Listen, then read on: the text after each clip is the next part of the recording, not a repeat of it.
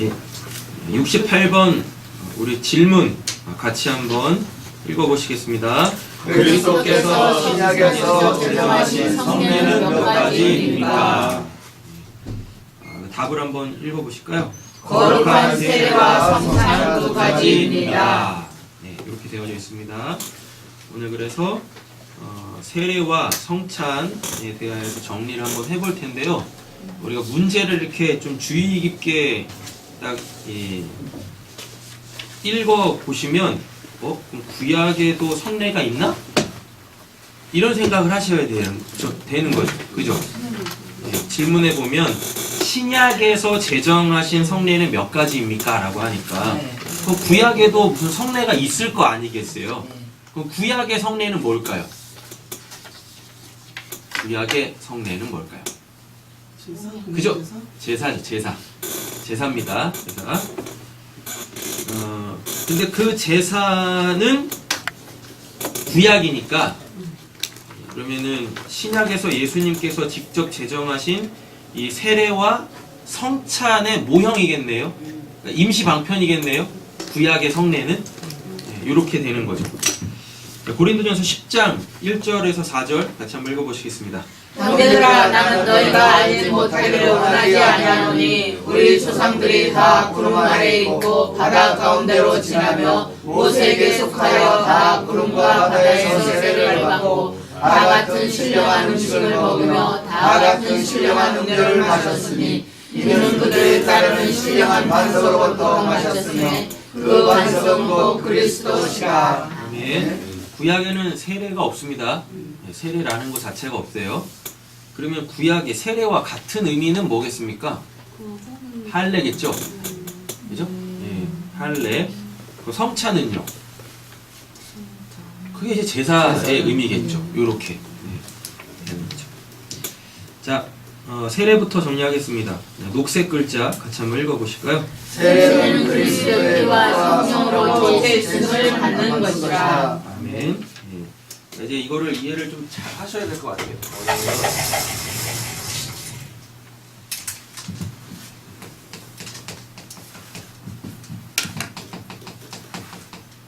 구약에 제정하신 게 할례하고 제사죠. 그다음에 이제 신약에 제정하신 건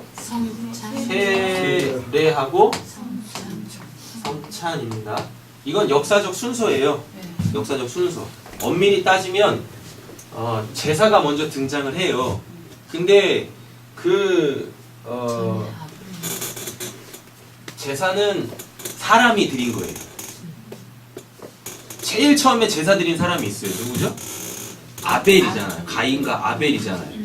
근데 하나님이 너희는 나한테 제사 드려 라는 말을 안 했어요. 그러니까 레위기에 들어오면서 출애굽해서 시내산에서 하나님께서 그 제사법을 제정해 주시기 전에 소위 말하는 이제 창세기에서 제사 드렸던 것들은 하나님이 이거 해 라고 제정을 안 하신 거예요. 그러니까 본인들이 하나님과의 관계에서 그 어떠한 내용을 가지고 자원해서 드렸던 거란 말이죠. 근데 이제 그게 출애굽하면서 이제 하나님의 백성 이스라엘이라는 하나님의 국가가 딱 형성이 되어지니까 그때부터 하나님께서 이제 법을 2개를 주신 거예요. 예. 근데 그 전에 할례는 하나님께서 아브라함한테 행해라라고 제정해 주시잖아요. 맞죠? 그 할례가 뭐였었어요? 이렇게 연결지었었어요. 이렇게. 근데 이 세례의 의미를 보면 예수 그리스도의 피와 성령으로 죄사함을 받는 거잖아요. 맞죠? 죄사함 받는 거잖아요. 그러면은 구약에서 보면 죄사함 받는 거는 제사거든요. 제사? 근데 잘 생각을 하셔야 돼요. 거꾸로 한번 가볼게요. 이 성찬이 뭐예요? 읽어보세요 한번. 녹색 글자 2번째. 성찬은 그리스도와 연합한 자로서 그리스도가 오실 때까지 복음에 합당한 삶을 사는 것이다. 그냥 한마디로 얘기하면 성찬은 뭐예요? 연합과 삶이죠. 이렇게. 그죠? 자, 그럼 한번 보세요. 제사가 뭐예요? 제사가 뭐예요? 제사가. 제사 잘 보면은요, 이들은 이미 하나님하고 연합된 자들이잖아요. 그렇잖아요. 그래서 지금 그 복음에 합당한 삶을 못 살아냈기 때문에 그 삶을 다시 살겠다고 하나님께 나아오는 거잖아요. 그래서 제사는 결국 다시 하나님하고 연합되는 거잖아요.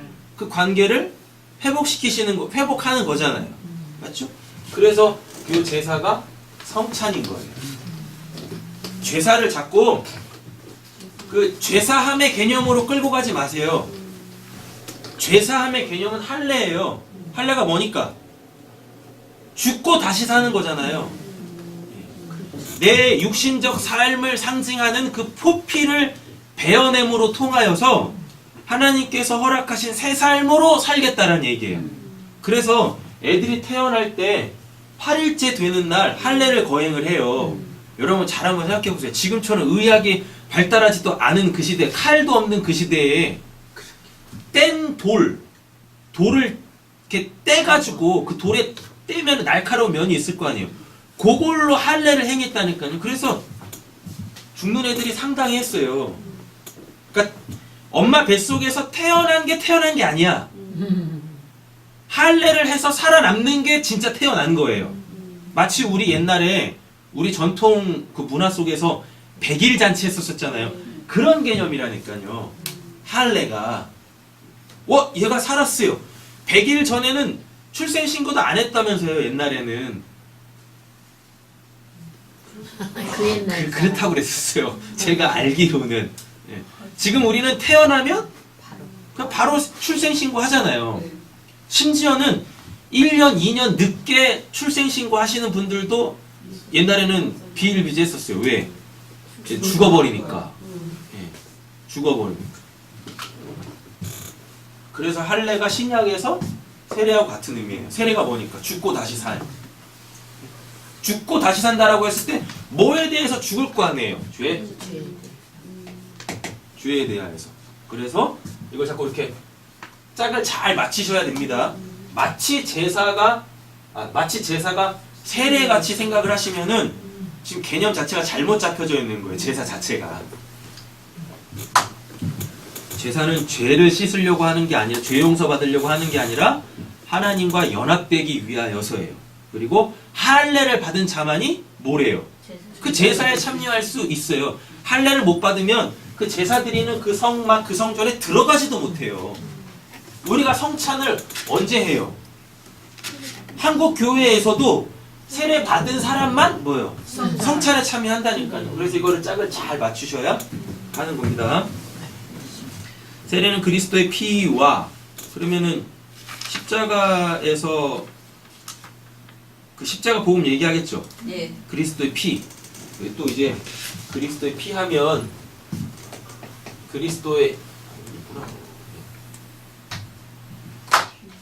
이 그리스도의 피 하면 대부분 구약적 개념을 갖고 있어요. 뭐 생명. 피가 생명 맞아요. 피가 생명 맞는데 이 피는 또 죄이기도 해요. 주홍같이 붉은 죄 이래가지고 그래서 요 죄에서 아담이 생기는 거예요. 피가 붉잖아요. 히브리어로 붉다가 아담한데요. 아담아, 붉다. 그 아담아에서 아담이 생기는 거거든요. 그래서 복합적으로 알고 계세요. 그냥 구약의 그 딱 한마디 피는 생명이다. 그것만 알지 마시고 그래서 이 피는 죄도 의미하고 생명도 의미합니다. 근데 이게 이제 신약으로 넘어오면 이 피가 뭘 의미하는지를 알아야 될 거 아니에요. 신약에서 피는요 새 언약을 상징해요. 새 언약. 예수님이 성만찬 하실 때 그랬다니까요. 잔을 딱 주면서 이 잔을 마시라. 이거는 새 언약이야 라고 한다니까요. 그러면 어떤 뭐 새로운 언약이 아니라 구약에 이거 있죠. 구약에 이거를 성취하는 거예요. 그 죄를 주홍같이 붉은 죄를 뭘로? 예수님을 그 생명으로 맞바치게 하는 거예요. 그럼 이걸 한마디로 뭐라 그래요? 십자가잖아요. 십자가에서 이뤘잖아요. 예수님께서 흘리신 십자가상에서 흘리신 그 피. 그래서 구약의 그 피의 의미, 피가 갖고 있는 두 가지 의미로 우리를 구원해 내신다고요. 그러면 새 언약의 성취는 여기서 이제 뭐가 나오는 거예요? 죄 사함 이렇게 나오는 거죠. 그죠? 죄 사함. 죄 사함을 받으면 어떻게 돼요? 예수. 죄 사함이 예수잖아요. 예수의 이름의 뜻이 뭐니까? 자기 백성을 그들의 죄에서 구원할 자 되셨죠? 그러면 이제 이 세례를 딱 받게 되어지면 또는 할례를 딱 받게 되어지면 그때부터 이제 새로운 이름의 구원자를 만납니다. 뭐? 임마누엘. 그래서 예수의 이름이 두 개잖아요. 세례로서의 이름 예수, 성찬으로서의 이름 임마누엘. 임마누엘의 뜻이 뭐니까? 하나님이 너희와 함께 하신다. 우리와 함께 하신다. 임마누엘. 이렇게. 그래서 요거를 이제 뭘로 바꿔내시면 돼요? 뭘로 이해하시면 돼요? 예수 그리스도 임마누엘. 이렇게 아시면 되겠다라는 거죠. 자, 정리 한번 해볼게요. 피는 구약에서 뭐와 뭐? 생명과 죄 이렇게 돼 있습니다. 근데 이게 이제 신약으로 넘어보면 예수로 통해서 어떻게? 새 언약의 성취 이렇게 가는 거죠. 그 죄를 뭘로? 생명으로 맞바치기 한다. 이게 그리스도의 피. 자, 성령으로 또 나오죠. 성령으로 죄 씻음을 받은 것이라. 예수 그리스도가 흘리신 피가 이렇게 있어요. 그건 그냥 세례를 뜻하잖아요. 맞죠? 그리고 그건 그냥 죄사함을 뜻해요. 근데 그 죄사함이 내 바깥에 있으면 안 되는 거잖아요. 예수 그리스도가 십자가에서 피 흘려서 죽었어요. 새 언약을 성취하셨어요. 언약을 새로이 성취하셨어요. 근데 그게 나하고 전혀 무관한 거면 어떡할 거냐고요. 그걸 그냥 알고만 있으면 뭐 할 거냐고요. 그게 내 거 돼야 되잖아요. 그게 나한테 적용돼야 되는 거잖아요. 맞죠? 이렇게 쉽게 말하면 이런 거겠죠? 미국을 가려고 비행기 표를 샀어요. 비행기 표를 샀다니까? 그럼 내가 이제 어떻게 해야 돼요? 그걸 가지고 진짜 미국에 가야 되는 거잖아요. 다른 나라로 가야 되는 거잖아요. 근데요, 대부분 보면 어떻게 신앙을 하죠? 아는 걸로 끝나. 아는 걸로. 그리고 자기가 그걸 알았기 때문에 죄사함 받았다고 생각을 해요. 그건 그냥 말씀을 들은 거야. 말씀을 듣는 걸로 끝나면 안 돼요. 뭐 해야 돼요? 그게 내 거가 돼야 되잖아요. 그 새 언약이 나한테 성취돼야지 내 바깥에 성취되면 뭐 하겠습니까?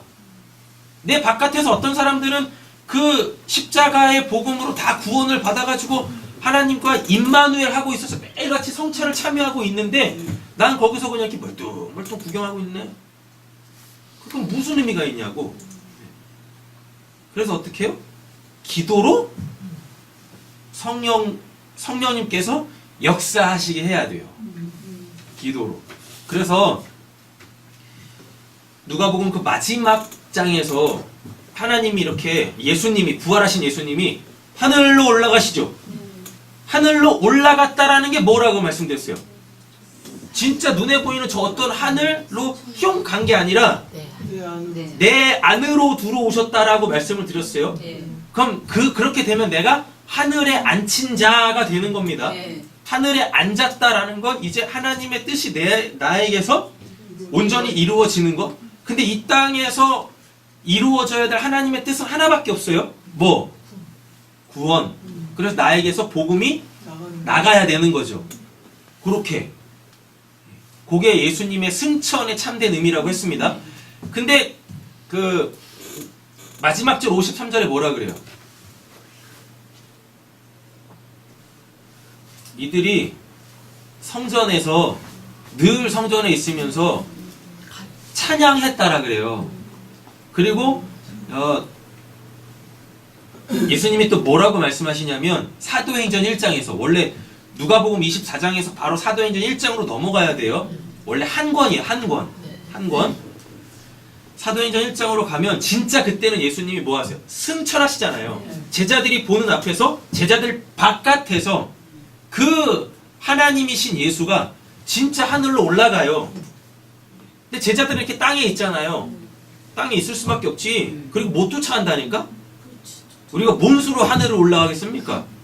근데 예수가 그렇게 제자들 바깥에서 그 절대적 진리, 타자로서의 진리, 그 예수님이 그 이제 부활하신 그 예수 즉 하나님이 하늘로 쫙 올라갑니다. 그럼 그때 그가 올라가는 그 하늘은 어디예요? 우리 안에? 우리 안이 아니라니까요. 소위 말하는 삼층천, 묵시의 그 천국, 우리가 죽어서만 갈 수 있는 그곳으로 가시면서 뭐라고 하냐면 기도해, 기다려, 기도해. 그러면 내가 뭐 보내줄 거야? 성령 보내줄 거야 라고 이야기하세요. 그래서 말씀을 듣고 이런 설명들을 들으시고, 그럼 이게 지금 말씀을 들은 거잖아요. 하나님의 말씀을 들으신 거잖아요. 여기서 끝나면 안 되는 거예요. 제가 요즘 들어 계속 강조하잖아요. 듣는 거에서 끝나면 안 돼요. 그래서 그 들어서 안 것들을 향유하면 안 돼요. 그냥 지적 충족으로 나 그거 알았다. 클릭하면 안 돼요. 그럼 그게 영지주의예요. 영지주의. 진짜 무서운 이단. 제일 무서운 이단이 영지주의란 말이에요. 왜? 영지주의에 빠지면 내가 구원받았다고 착각을 해요. 내가 진리가 됐다라고 착각을 해요. 그 착각에서 더 가버리면 뭐가 돼요? 내가 하나님이야 이렇게 된다니까요. 하나님하고 연합된 자라고 이렇게 착각을 해가지고 글리가는 거란 말이에요. 뭘 하셔야 돼요? 기도해서 내가 들은 그 진리의 말씀이 나를 살려낼 수 있도록, 내 바깥에서 이루어진 하나님의 그 구원의 역사가 그게 나에게 적용될 수 있도록, 내가 그걸로 살 수 있도록 어떻게? 기도하셔야만 한다는 얘기입니다. 그래서 그 사도 바울이 베드로도 그렇고 맨날 하는 얘기가 성도는 말씀과 기도로 거룩해지는 거야. 그렇게 얘기하는 거예요. 그리고 실제적으로 그들은 뭐예요? 날마다 시간을 정해놓고 성전에 올라가서 기도했단 말이에요. 기도. 그러니까 성도가 기도가 없으면 죽는 거예요. 영지주의로 빠지기 십상이에요. 제발 기도에 대한 정의를 가지려고 하지 마세요. 그냥 히브리어 헬라어 가지고 기도라는 단어 사전적으로 이렇게 정의해가지고 문맥적으로 정의해가지고 기도는 이런 것입니다 라고 그렇게 딱 정해놓고 기도를 안 한다니까? 그 아는 게 기도라고? 그거 기도 아니에요. 그것도 그냥 말씀을 들은 거야.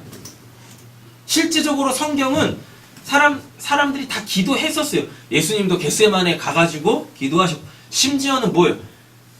땀방울이 핏방울이 바뀔 때 정도로 그렇게 간절히 기도하셨어요. 사도 바울도 기도했고, 그 육체에 가시 뽑아달라고 3번씩이나 기도했고. 성경에서 기도하면은 아마 제일 먼저 딱 떠오르는 사람이 있을 거예요. 한나.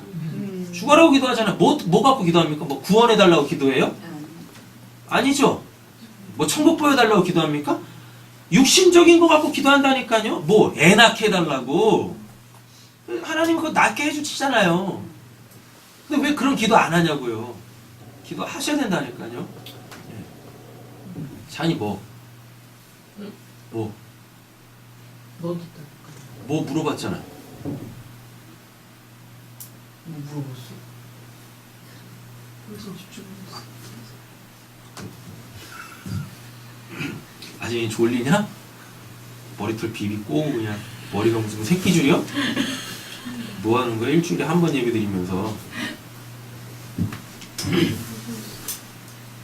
뭐 하다 근데 또 이 얘기하는 거예요? 기도. 그 그리스도의 피와 성령으로, 그죠? 네. 그리스도의 피, 내 바깥에서 하나님 행하신 그 구원의 사역, 근데 그게 성령으로 나에게 뭐 적용이 돼야지. 그게 내 거 돼야죠. 그렇게. 마태복음 3장 읽겠습니다. 나는 너희로 회개하기 위하여 물로 세례를 베풀거니와 내 뒤에 오시는 이는 나보다 능력이 많으시니 나는 그의 신을 들기도 감당하지 못하겠노라. 그는 성령과 불로 너희에게 세례를 베푸실 것이요. 아멘. 네. 소위 말하는 세례 요한도 지금 세례를 주고 있잖아요. 그러니까 이 세례가 언제부터 유대인들 사이에서 행해진지는 모르겠어요. 구약에는 세례 자체가 안 나오거든요. 근데 갑자기 그냥 신약이 시작되면서 마태복음에서 세례 요한이 요단강에 세례를 주고 있어요. 근데 도대체 언제부터 세례를 줬는지는 모르겠어요. 근데 하여튼 뭐 신약 때부터는 세례를 주고 있네요. 근데 그 세례가 뭐? 그리고 구약의 할례에 대체된 거. 이렇게.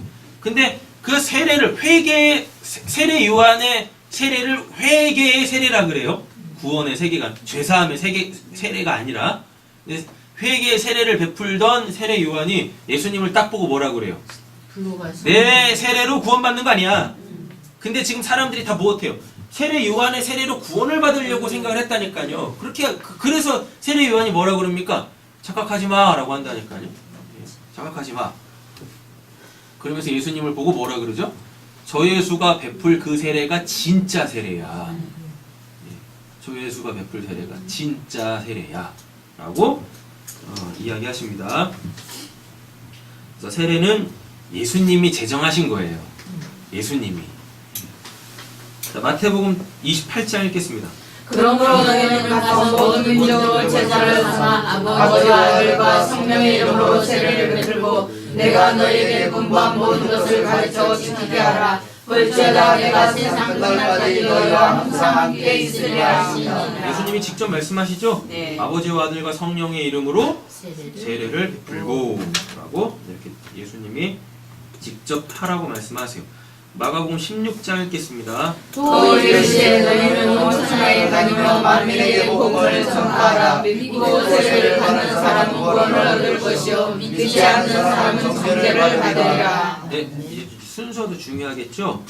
복음을 전파하라, 믿고 믿은 다음에 세례 받는 거예요. 그러니까 교회 와가지고 아주 믿음도 없는데 막 그냥 막 세례 베풀어가지고 소위 말하는 그 교회의 메인 그 성도 만드는 거는 이 교회가 이제 잘못 가고 있는 거죠. 그러니까 신약을 봐도 특별히 사도행전을 봐도 세례 받으라고 권유를 안 해요. 그리고 무슨 뭐 세례 받게 하기 위하여서 학습 이런 것도 안 시켜요. 그러니까 복음을 듣고 하나님의 말씀을 듣고 마음이 뜨거워져.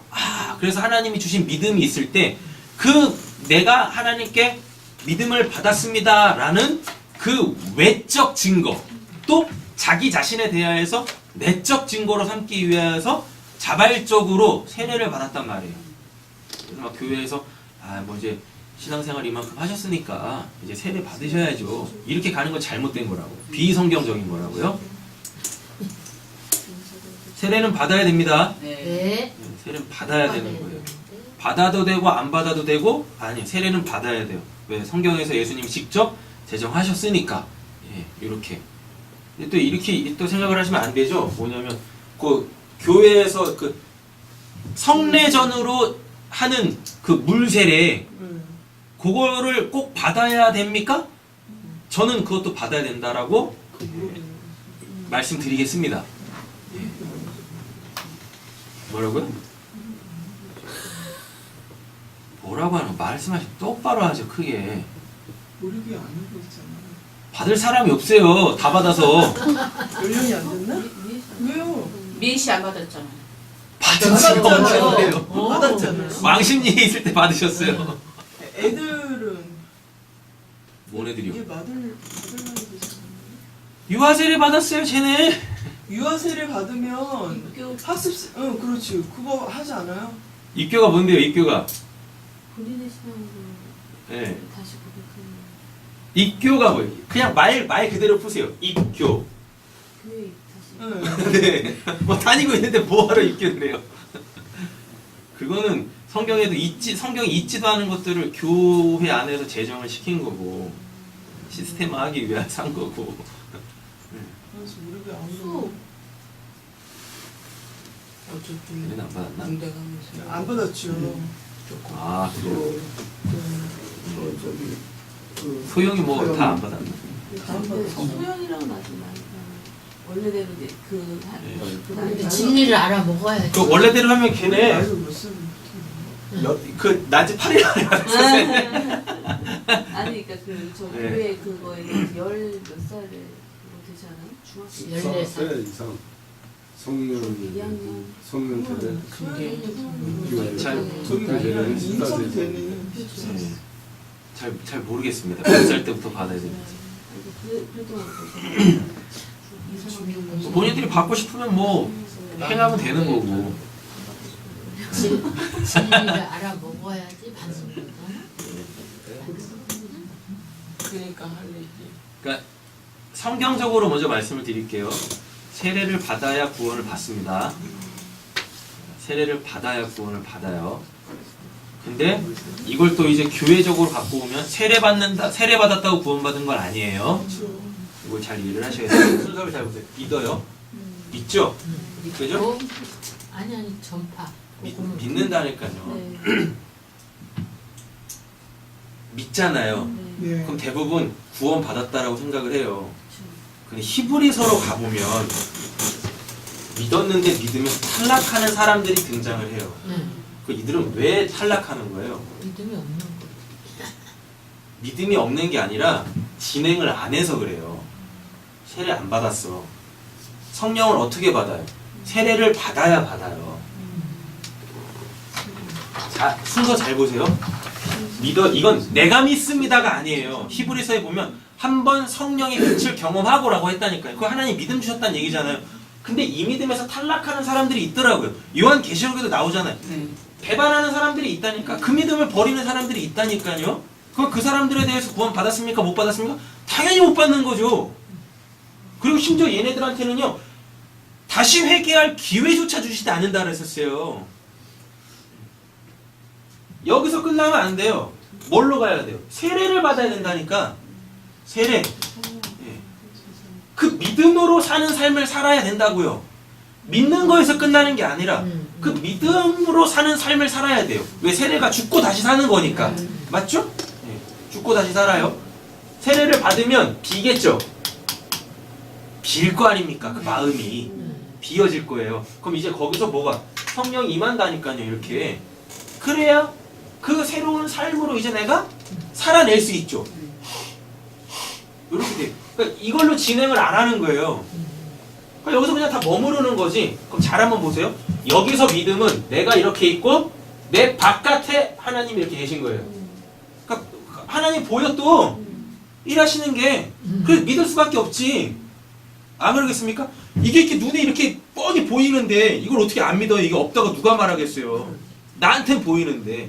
그 믿음 하나님이 당신을 계시하셔서 보여줘요. 그러니까 믿을 수밖에 없어요. 근데 여기서 구원받은 게 아니라고요.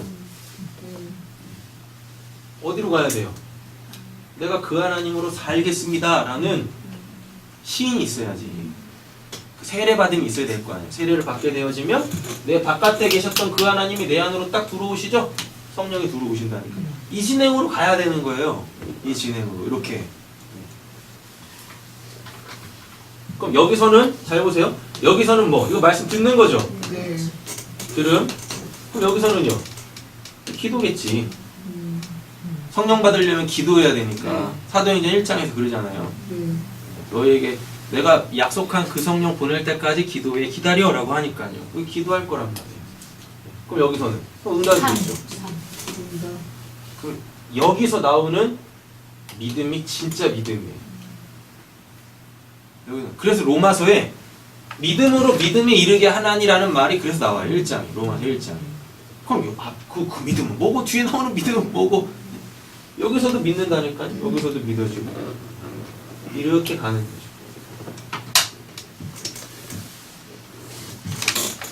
자, 보겠습니다.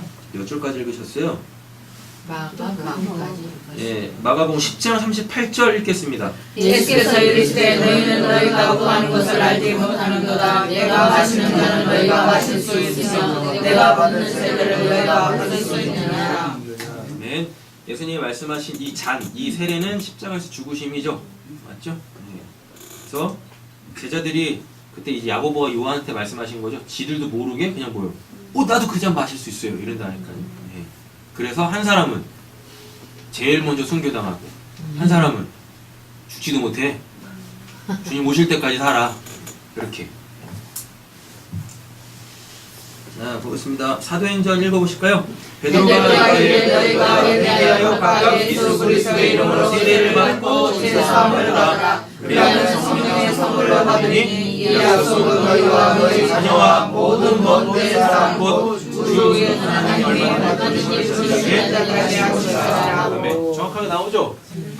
회개가 말씀 들어서 찔리는 거니까. 맞죠? 그리고 무엇한대요? 세례 받죠? 그렇게 되지 않아요? 맞아요. 그 다음에 세례가 죄사함 받는 거잖아요. 네. 죽고 다시 사. 그 다음에 성령을 받잖아요. 이 순서대로 가야 되는 거죠. 22장 읽겠습니다. 이제는 왜 지도하느냐 일어나 새 이름을 불러 세례를 받고 너희 죄를 씻으라 하더라. 아멘. 나 믿었어요? 그 세례 뭐하러 받아요? 아니요, 받으셔야 된다니까. 받으셔야 돼요. 로마서 6장도 읽어보겠습니다. 그런데 우리가 무슨 말을 하려 은혜를 구하게 하려고 죄에 구하게 하느냐 그럴 수 없느냐 죄에 대하여 죽은 우리가 지금 가운데서 살리오 무릇 그리스도 예수와 합하여 세례를 받은 우리는 그의 죽으심과 합하여 세례를 받은 줄을 알지. 그러므로 우리가 그의 죽으심과 합하여 세례를 받음으로 그와 함께 장사되었나니 이는 아버지의 영광으로 말미암아 그리스도를 죽은 자 가운데서 살리심과 같이 우리 또한 그의 생명 가운데 영하게 하여 합니다. 아멘. 네. 자, 골로새서 읽겠습니다. 너희가 그대로 그리스도와 함께 장사되고 또 죽은 자들 가운데서 그를 일으키신 하나님의 역사를 믿음으로 말미암아 그 안에서 함께 일으키심을 바랍니다. 아멘. 뭐 굳이 다 설명 안 드려도 되죠? 다 되신 거니까. 자, 베드로전서 3장 21절 읽겠습니다. 무릇 예수 그리스도께서 하시러 말미암아 이제 너희를 구원하는 분이 곧 세례라. 이는 육체의 더러운 것을 제하여 버림이 아니요 하나님을 향한 선한 양심의 방문이라. 아멘. 이거는 몇 차례 말씀드렸던 겁니다. 자꾸 이제 세례를 옛적 삶을 싹 다 지워버리는 그걸로 생각하는데 아니라 그랬었어요. 그거 그대로 남습니다. 그 여전히 그대로 있어요. 그런데 하나님께서 그것까지 도구로 사용하세요. 옛적 삶을 구원을 받았음에도 불구하고 옛적 삶을 여전히 살고 있는 그걸로 통해서 내가 이렇게 살면 안 되는데 하나님이 원하시는 건 이거 아닌데 이렇게 살아야 되는데 그래서 선한 양심 하나님을 향한 선한 양심의 간구로 우리를 끌고 가는 게 세례. 그게 지금 일어나고 있으면 구원받은 자 이렇게 된단 말이죠. 자, 이제 성찬 보겠습니다. 성찬도 오해가 너무 많이 돼 있어요. 성찬의 진짜 의미는 복음 전파라는 얘기예요. 복음 전파. 그냥 떡 먹고 잠 먹고 그러는 게 아니에요. 그래서 날 위해서 죽으신 예수님 그 기념하라고 그거 하는 거 아니라니까요. 분명하게 말씀을 기록을 해놓고 있습니다. 전하라고. 복음을 전하는 게 그게 성찬에 참여하는 거예요. 읽겠습니다. 요한복음 6장.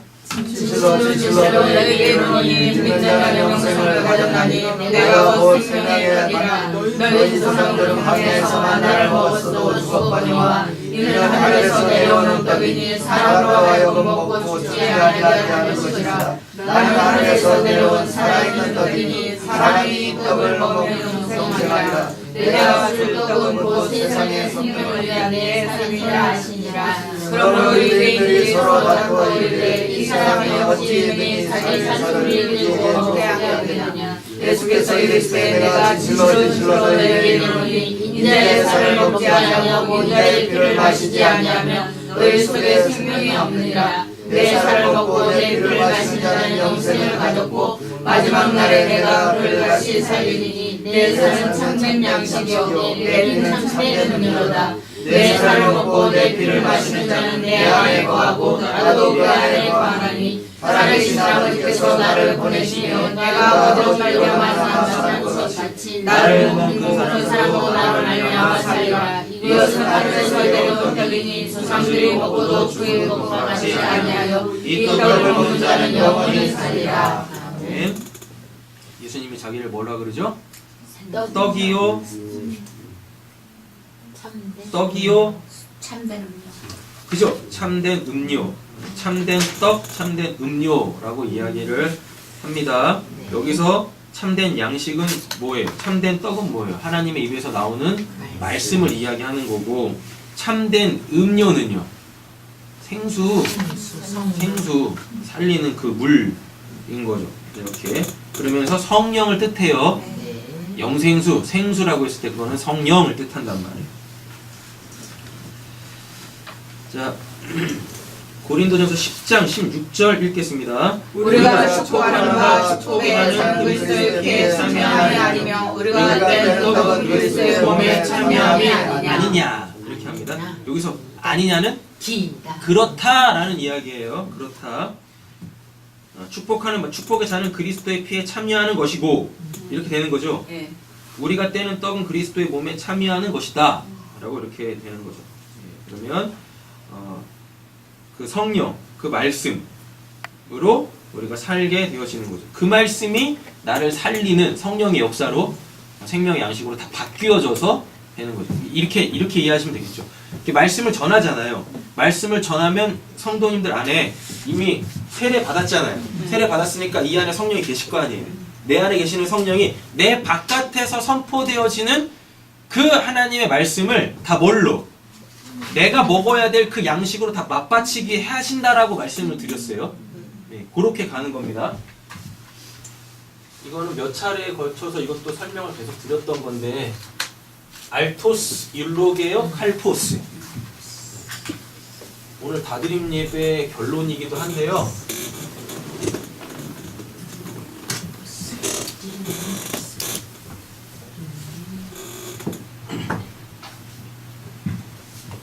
예수님이 자기를 생명의 떡이라 그러죠? 예. 이게 이제 알토스예요.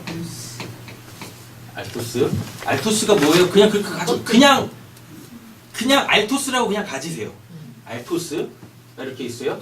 이 알토스에 예수님이 뭘 하시냐면 축사하세요. 축사가 이게 율로게오인데 율로게오가 로고스예요. 그럼 이게 진리의 말씀이란 뜻이에요. 진리의 말씀. 그러면은 요 알토스가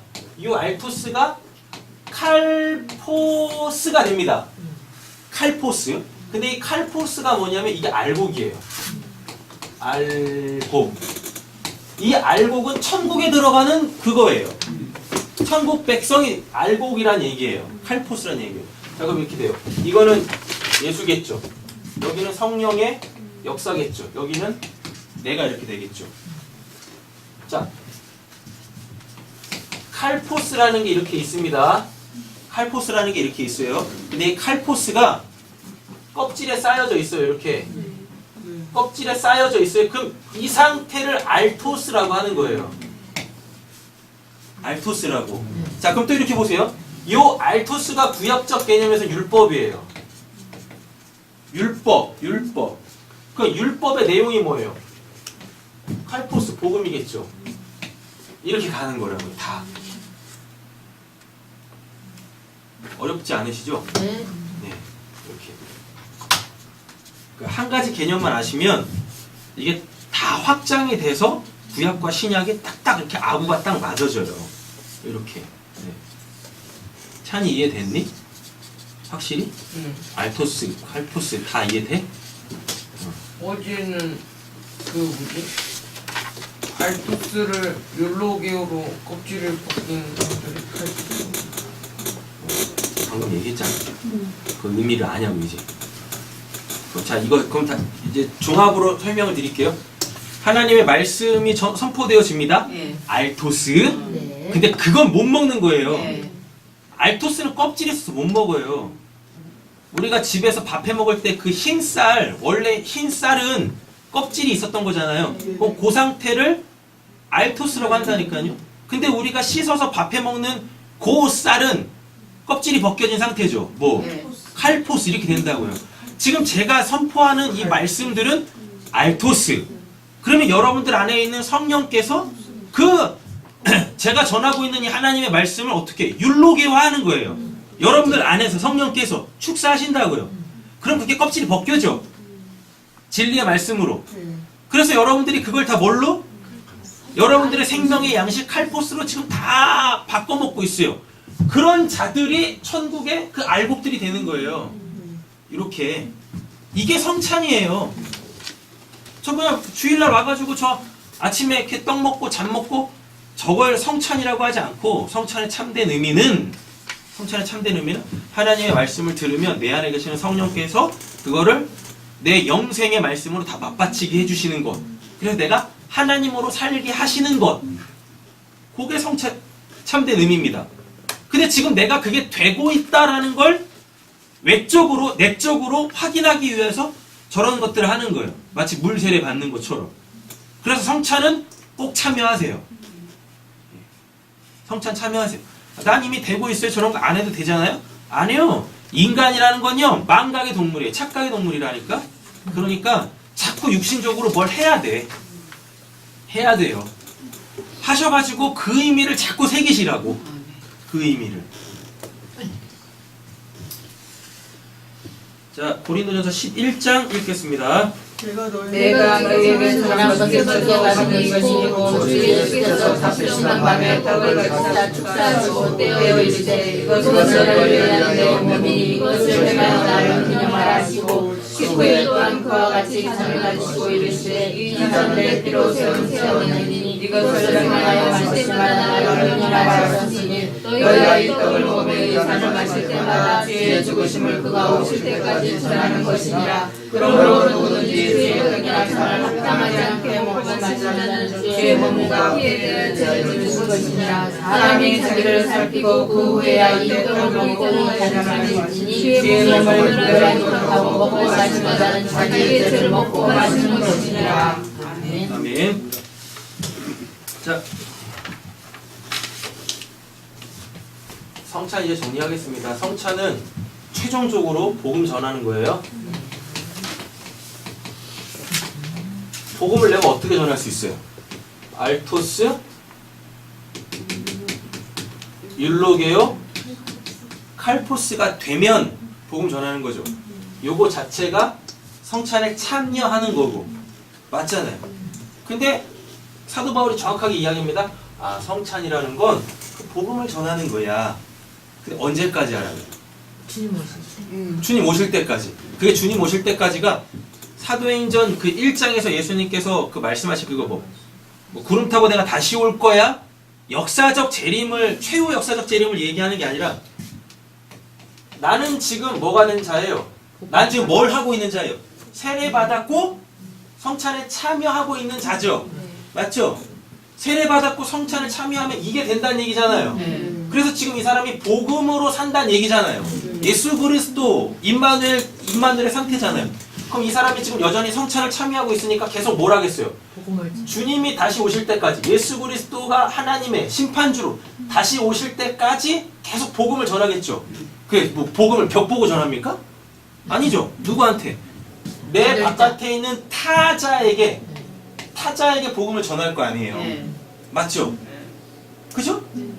그래서 정확하게 이야기하면 세례는 날 위해 받는 거고 성찬은 다른 사람을 위해서 하는 거예요. 그래서 금요일에 말씀드렸잖아요. 대인이라고. 대신이 아니라 하나님을 위해서 산다. 그런 말씀하지 마세요. 하나님은 우리의 뭘 필요로 하시는 분이 아니세요. 구원받은 자들은 사람을 위해 사는 거예요. 이 사람은 뭐가 없어요? 구원이 없잖아요. 믿음도 없고 세례도 안 받았고. 맞죠? 그러니까 뭐 하나님하고 전혀 상관없는 자일 거 아니에요. 그럼 이 사람한테 정말 필요한 게 누구예요? 하나님일 거 아닙니까? 근데 하나님이 어디 계세요? 지금 내 안에 계시네. 맞죠? 내 안에 계시는 그 하나님을 뭘로? 복음으로 끄집어내. 그럼 이 사람이 듣겠죠. 그러면 이 사람이 둘 중에 하나일 거예요. 나 그 복음 필요 없어요? 하고 갈 거고, 그 창세 전혀 없는 거일 거고. 근데 마음에 찔려. 그래서 회개해요. 그럴 거 아니겠습니까? 복음을 전하면 회개가 되겠지. 네. 창세전 언약이 있으면 회개를 할 거예요. 그럼 이 사람이 구원을 받겠죠. 구원을 받으려면 뭐 세례 받겠죠. 아, 나도 이제 세례 받을래 하겠죠. 그럼 이 안에 성령이 오시네. 자, 성령이 오시네. 그때까지 그 성찬에 참여해라. 다 되신 거죠? 네. 찬이 됐니? 아니. 안 됐어. 성찬이 뭐냐면 떡 먹고 잠 먹는 거 아니야. 그걸 의미를 가져야 돼. 성찬은 복음을 전하는 거야. 성찬에 참여한다라는 건 복음을 전하는 거야. 근데 너가 복음을 전하려면 성찬하기 전에 세례 먼저 받아야 되지. 네. 맞지? 세례는 이미 다 했어. 세례를 받은 자에게서 지금 일어나는 게 뭐야? 하나님의 말씀을 성령께서 내가 살아갈 그 양식으로 다 바꿔주셔. 네. 그럼 이게 너가 지금 성찬에 참여하는 거라고. 지금 너는 성찬에 참여하고 있는 거라고. 지금 목사님이 이야기하고 있는 게 지금 다 이렇게 깨달아지고 있으면 성찬에 참여하고 있는 거야. 근데 성찬에 참여했다는 거기서 끝나는 게 아니야. 성찬의 최종 목적지는 복음을 전하는 거라고. 네. 너가 누구한테? 안 믿는 자에. 그치? 하나님을 믿지 않는 자들한테, 구원받아야 될 자들한테 복음을 전하는 게 너가 성찬에 참여해야 되는 거야. 그럼 그게 성찬이 뭐예요? 그러니까 말씀을 안다고 해서 성찬이 아니라 말씀을 알아서 복음을 전하는 성찬. 그게 성찬이야. 그게 너가 성찬에 참여하는 거라고. 언제까지 하래? 그 사람이 예수님이 다시 오실 때까지. 예수님이 다시 오실 때까지. 근데 예수님이 다시 오실 때까지가 역사적으로 재림하는 그걸 얘기하는 게 아니라 너가 복음을 전할 거 아니야. 근데 누구한테 전하겠어? 안 믿는 자. 안 믿는 자에게 전하겠지. 그 이 사람 안에는 예수 없지. 네. 맞지? 너가 복음을 전하면 이 사람이 창세전 언약이 없으면 어떻게? 안 믿어. 안 받아들여. 니나 잘 믿어. 이렇게 갈 거라고. 그러지 않겠어? 맞지? 근데 만약에 이 사람이 뭐가 있으면, 창세전 언약이 있으면 너가 전한 그 복음을 듣고, 즉 너가 참여하고 있는 그 성찬에 나도 그거 먹고 싶어. 그래 나도 그걸로 살고 싶어. 이렇게 될 거 아니야. 그럼 하나님 믿음 주시겠지. 그럼 믿음 받았으니까 얘는 이제 뭘 받았겠어? 세례 받겠지.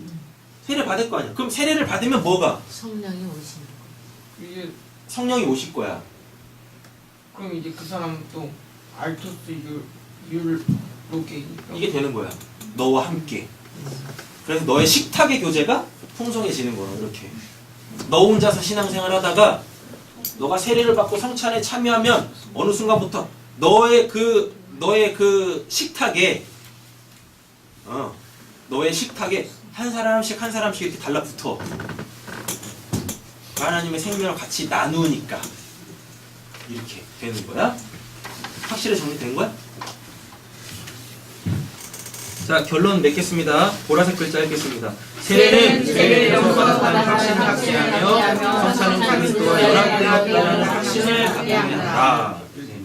갈라디아서 2장 20절 빌립보서 읽겠습니다. 내가 그리스도와 함께 십자가에 못 박혔나니 그런즉 이제는 내가 사는 것이 아니요 오직 내 안에 그리스도께서 사는 것이라. 이제 내가 주 가운데 사는 것은 나를 사랑하사 나를 위하여 자기 자신을 버리시고 나를 믿는 이만을 안에서 사는 것이라. 오직 너희는 그리스도의 복음에 합당하게 생활하라. 이는 내가 너희가 하나 있으나 너희가 한마음으로 서서 한 뜻으로 복음의 신앙을 위하여 협력하는 것과 무슨 일이든지 대적하는 자 때문에 두려워하지 아니하는 이 일을 듣고자 함이라. 이것이 그들에게는 멸망의 증거요 너희에게는 구원의 증거니 이는 하나님께로부터 난 것이라. 아멘. 기도하겠습니다.